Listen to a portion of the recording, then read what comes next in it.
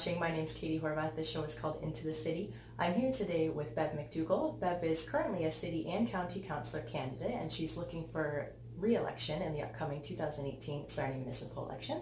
Bev, thanks so much for coming in to talk today. Thanks for having me. You're very welcome. So I'm sure anybody that's been watching politics knows who you are, but for the new voters, those who maybe weren't paying as much attention in the last little while, could you tell us a little bit about yourself? Yeah, I really look at myself most honestly as a community developer and an on-the-ground community developer, because that's just the way I work.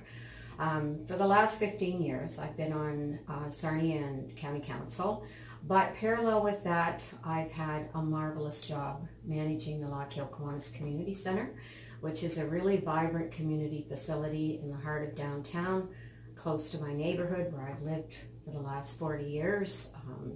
A century home from which my husband and I raised and launched a family. And the community center is kind of between Mitten Village and downtown, two really important parts of the city that I've been involved with for a really long time. Okay, that's great. And you had said 15 years you've been serving the community. What was it that made you decide to run again for this term? Unfinished work. There's always more to do. I kind of look at myself now as a seasoned political decision maker.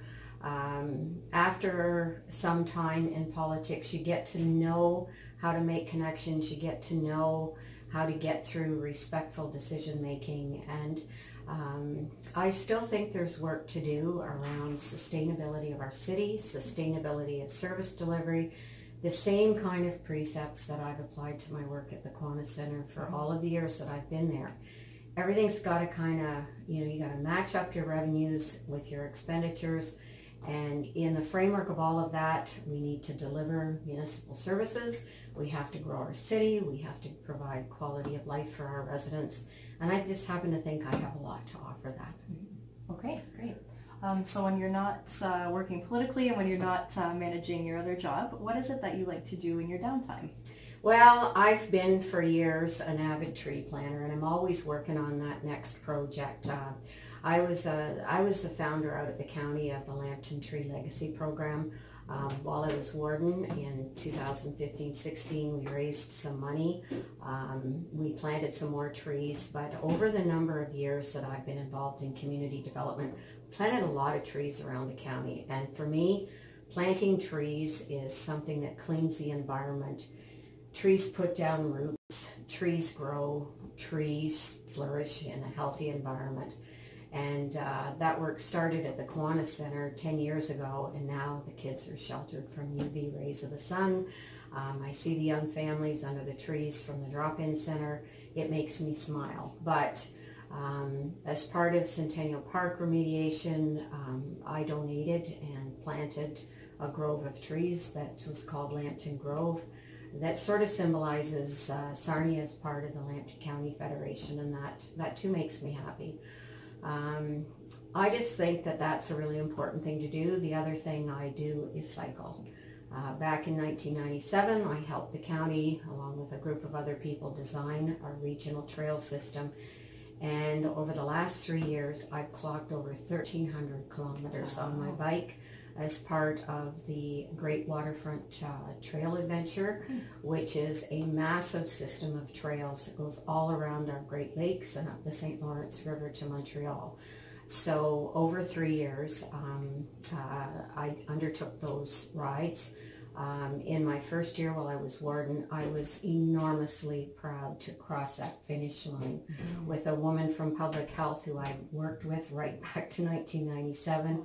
And we cycled right across the waterfronts of St. Clair Township, Sarnia, Point Edward, Plimpton, Wyoming, and Lambton Shores.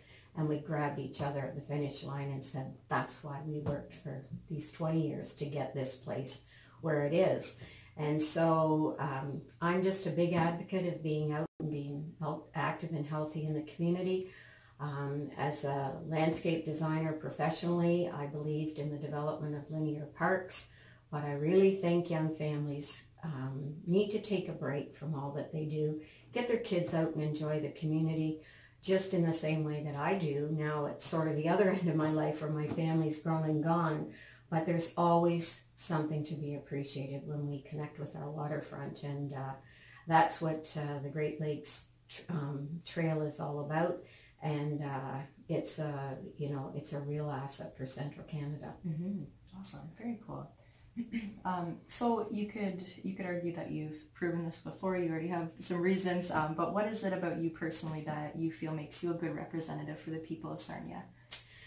I think it's a deep love for people and a real inherent desire to work at community development. Because of my design background, I was trained to see the possibilities in land, in gardens, in public space.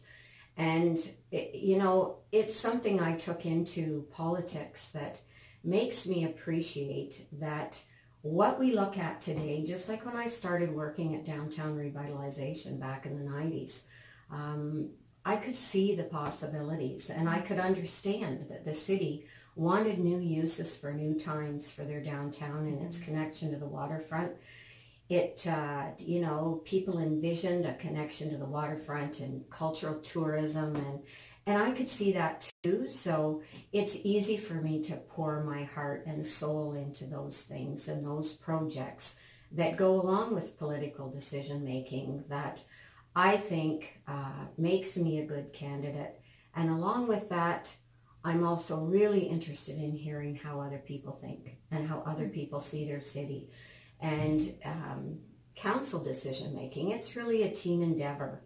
And I think one of my greatest strengths is my willingness to listen to my colleagues, authentic respect for them and their opinions. When the debate's done, the vote's called, my greatest skill is moving on, because I think we all have to do that.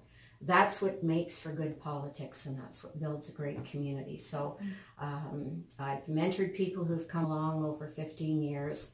I've taken great joy in helping our community grow and shape plans and then implement them and build a city worth living and investing in. Awesome, great. So we're going to move now into the section about the current council reflections. Of course, somebody who was there, you're going to be able to offer a different perspective from somebody on the inside. So I'm just wondering, for the first part in general, could you comment on the current term? Some things that you feel went well, some things that maybe not so well that you maybe wanted to handle differently?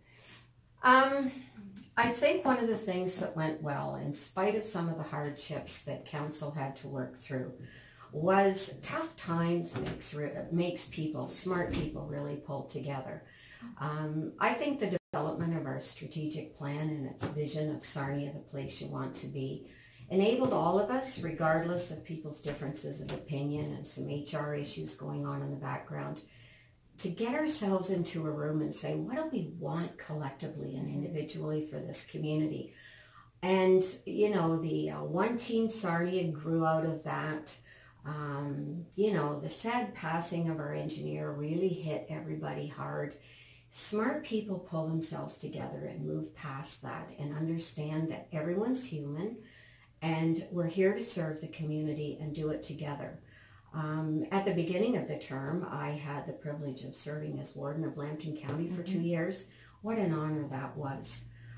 Going out to present at the National Pipeline Safety Forum in Calgary to represent the interests of this first petrochemical manufacturing center in Canada, the opportunity to serve on the research board, the board of the Sarnia-Lambton Economic Partnership, Tourism Sarnia-Lambton. I just had so many opportunities to just dive in and give the best of myself.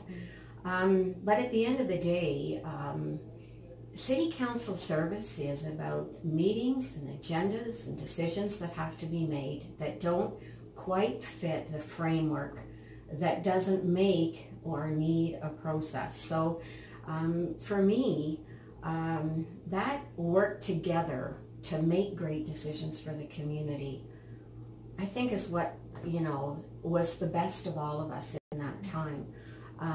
I also think that when really tough times come, you have to go through those tough times, you have to learn from them, you have to stay strong internally, and you have to keep your rest. And you have to be able to look at all the other great things you do and have in the community to say, I can keep going with this because Sarnia matters, and all of us within it are here with the responsibility to grow and foster a strong community. So, you know, I've been here for 4 terms, and each term was framed by tough decisions, some real tough issues I had to move through personally, but I have great work I go to every day.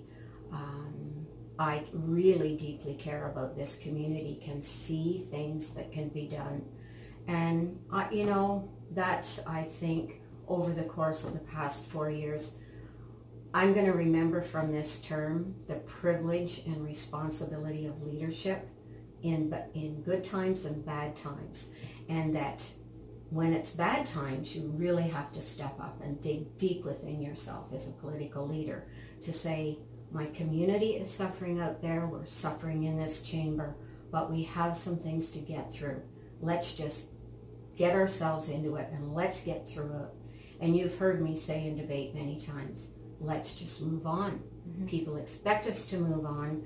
And as always, I'm looking forward to another term, new challenges, new responsibilities, and I'll embrace them with the same spirit of building a strong community as I've done all along. Great. So there were bad things that had happened, obviously. Sure. There was conflicts. From my vantage point, there was a lot of people that lost trust. Whatever side you were on, some of the trust was lost. So moving forward, and let's say you are elected again, how do you think that we could approach restoring some of that trust and kind of building that cohesive togetherness between City Hall and the taxpayers again? Well, first of all, I never felt that I personally lost a connection with the ratepayers, but maybe that's because people all along knew. If you want to get some information, if you need help with something, pick up the phone, call Bev. She's going to listen. I'm going to meet you somewhere. I'm going to come to your house. I'm going to sit down and really understand your problem, and then I'm going to go about helping you solve it. And, you know, I think that as people looked at the last 4 years and people interpreted events and at times overreacted to issues that needed to be dealt with, I think it's all of that that causes a loss of trust and a sort of a wavering hope that people are going to be able to pull themselves through it. But I think moving forward that what we have to do is keep ourselves focused on that which is our collective responsibility, and that's governance and delivery of sustainable services that serve this community. So I always think when people are having trouble with each other, when people in the community are looking in and judging that and losing their trust, etc., etc., I think that people moving through that just need to focus on the tasks at hand.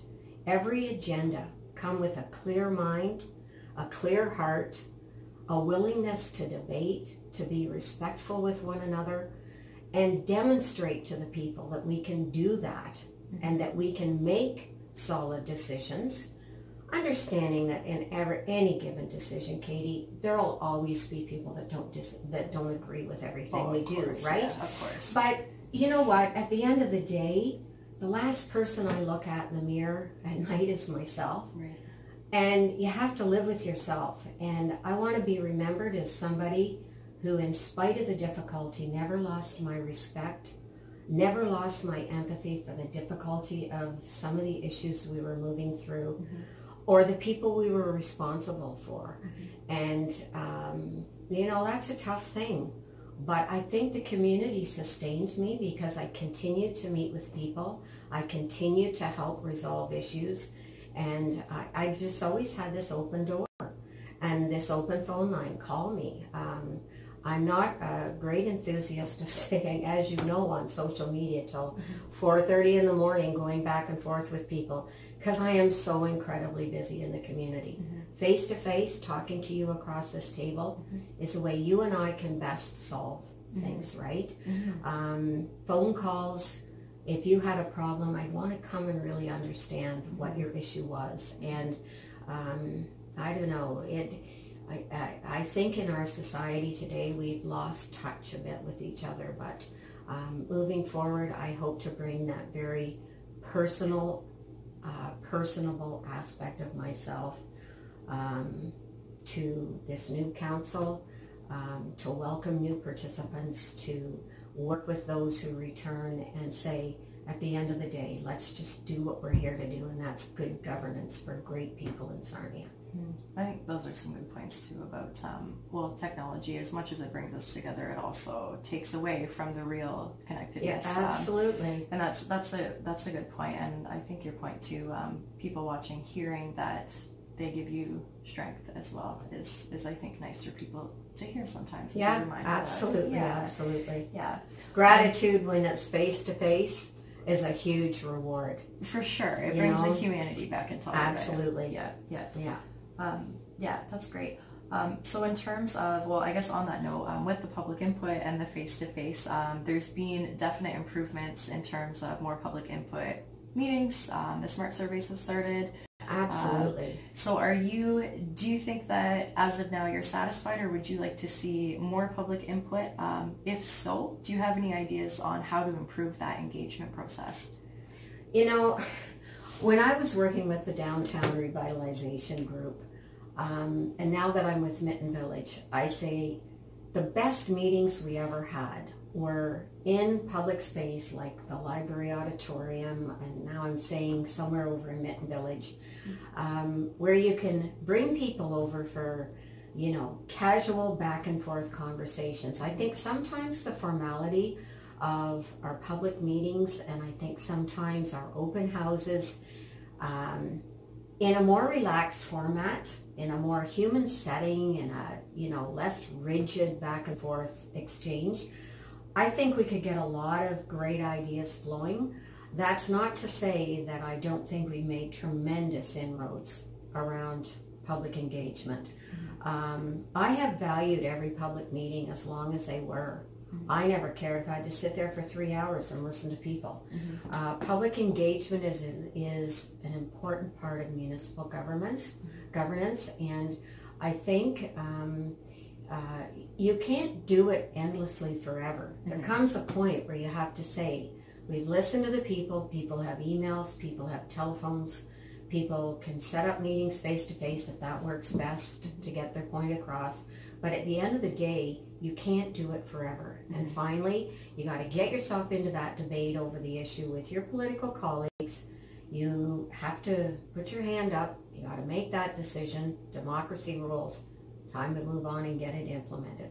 It's just a very simple rhythm in my mind. Got to make the decision eventually. Yeah. Absolutely. Absolutely. Yeah, fair enough. So this will be the last question about the current council, and then we'll get into more specifics about your campaign and what you're looking to bring for this upcoming election. And this is, I guess, related to public input and also with the e-voting and the removal of the paper ballots. Is there a reason just for that particular issue why there seemed to be a lack of public input for that choice?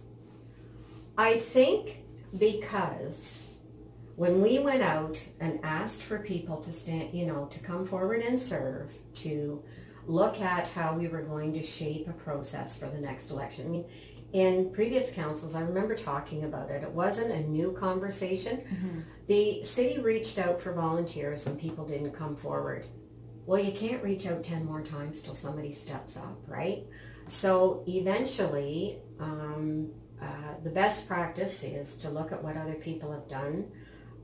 While I was warden, I remember walking into the, it was early on in this last term, where we had an education session that brought all of the people who were involved in municipal governance from all over the county together. We looked at it, we heard some options. It was being talked about at conferences. The decision was made. We had reports going back and forth. We had meetings where we were talking about it. There is a process that we work in, and eventually we just had to deal with it, right? Mm-hmm. And for me, as much as I'm kind of a paper girl, I understand that the generations coming behind me are not necessarily the same as me, right? Mm-hmm. And I understand people challenged by illness and disability. Mm-hmm. They have technology that can support their disabilities. It's their touch and connection to the world. Mm-hmm. There are so many advantages for the system that we've decided to move forward with. It was democratically decided that we were going to do it. There's a telephone option for people who are more comfortable on a phone. There is, there's the option of using a laptop computer, an iPad, your BlackBerry or your cell phones. I mean, there are so many ways for people to vote now. Mm-hmm. And there's also so many days, that's the other thing. That's 24 hours, yeah. 7 days a week, yeah. From the 11th of September to the 11th of October to the 22nd of October. Just from anywhere in the world, mm-hmm. We are a mobile, busy society. Mm-hmm. I don't know how many times my husband and I were watching little kids while each of us ran over to the polls and cast our vote. Mm-hmm. In the end, the first cycle of a new voting system will be fraught with frustrations and challenge. I understand that. There are people who embrace change. There are people who resist change.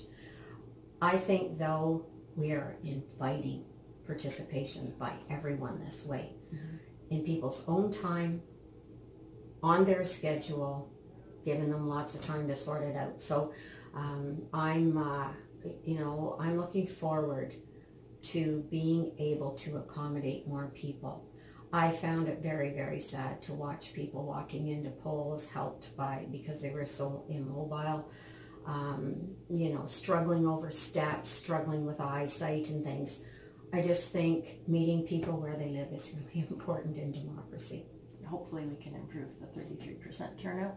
Absolutely. Absolutely. That would be a bonus. Yeah. Okay, so we'll move right into the specifics of issues that you would like to talk about on your campaign. So I guess the first question I have, from where you're sitting, from the inside, what do you think are the three most important issues that the people of Sarnia are facing today? Well, I think shrinking population in our community is a huge problem, mm-hmm. for everyone. Mm-hmm. It means there's less people at work. Means there is a declining tax base, mm-hmm. from which we draw revenue to deliver services. We've talked about that in previous terms. Every time a new census comes out, we debate it and we talk about it, and maybe it's going to maybe there's a big parachute going to bring in a great solution. We're automatically going to grow. But to me, that is a huge issue that is facing, mm-hmm. our community. Mm-hmm. The challenge of delivering services. We have a new provincial government. We've come through a number of years where there was, back to the Stephen Harper government, there was infrastructure funding from the feds. Mm-hmm. So both our senior governments have been, sort of easing back from the provision of resources because they're strapped too, and they're where we were when I was first elected in 2003, when we had a $96 million municipal debt. Yeah.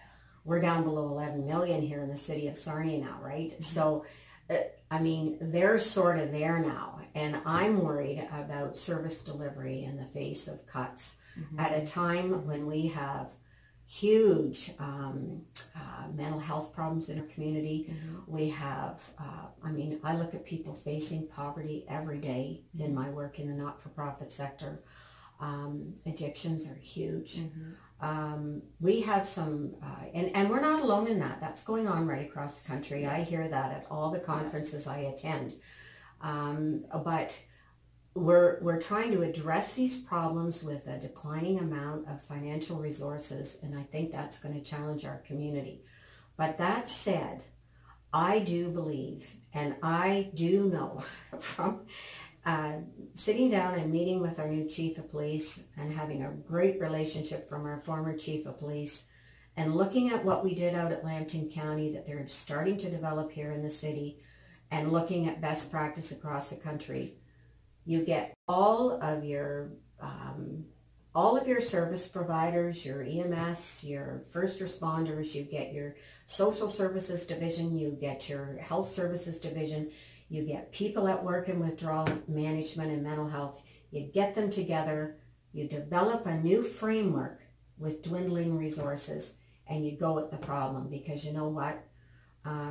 It is a huge problem in our community. It has led to crime. I see it in the part of the city where I live, work, and play. I've watched it escalate over time, and I think that is something that needs to be addressed here. And continued diversification of our economy is paramount, because people are looking for good jobs for young growing families. When I was young, my husband worked in the Valley. I was a stay-at-home mom. How many people have that privilege now? Not many. And I look at that and I think, I've worked so hard in the last term, and I'm so committed in keeping up that work to, around bio-industrial innovation, around high-tech industry, creative industries, knowledge economies. I just think there is so much we can do, but that's what I think we're going to be working at really hard in the years to come.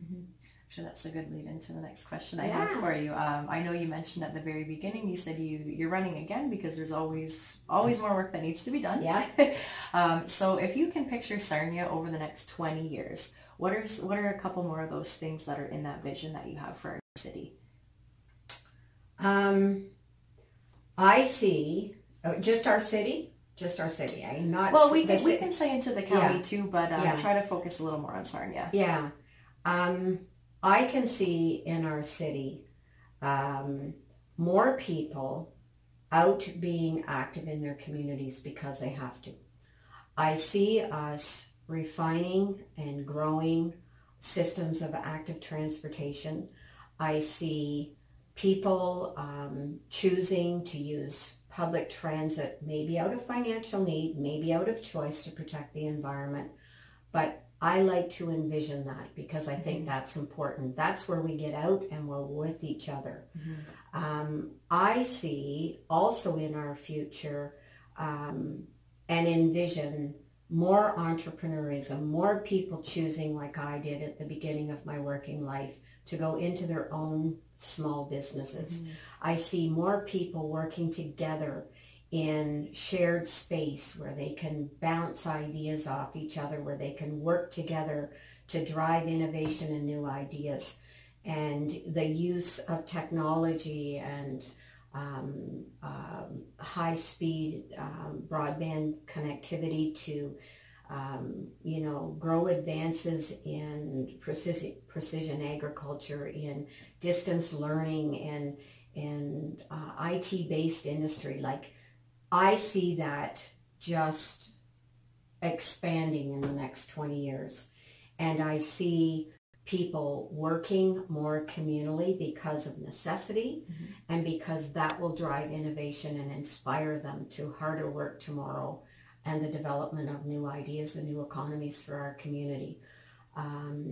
I see more intense neighborhoods, higher density neighborhoods,